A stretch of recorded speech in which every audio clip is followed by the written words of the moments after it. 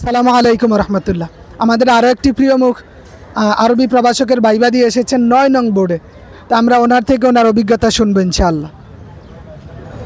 আসসালামু আলাইকুম রহমতুল্লাহি ওয়া বারাকাতুহু। আমি মোহাম্মদ আনসারউদ্দিন। আমি সালাম দিয়ে প্রথমে প্রবেশ করে আমাকে বসতে বললেন, বসলাম। এরপর জিজ্ঞেস করলো আপনি কোন সাবজেক্ট নিয়ে পড়াশোনা করাচ্ছেন। আমি বলছি আরবি সাহিত্য, অনার্স মাস্টার্স, চট্টগ্রাম বিশ্ববিদ্যালয় থেকে। আপনি বলেন কসিদায়ে বুরদা পারেন? আমি বলেছি হ্যাঁ।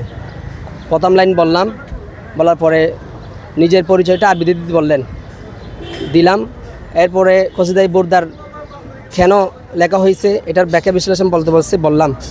এরপরে সাহিত্য আরবি কি, সাহিত্য আরবি আল আদব বললাম। এরপরে আপনি আসতে পারেন। আমি চলে আসলাম। আলহামদুলিল্লাহ, আমার ভাইবা অত্যন্ত ভালো হয়েছে। আল্লাহর কাছে হাজারো শুকরিয়া, আমার জন্য আজকের এই ভাইবাটা সহজ করেছেন।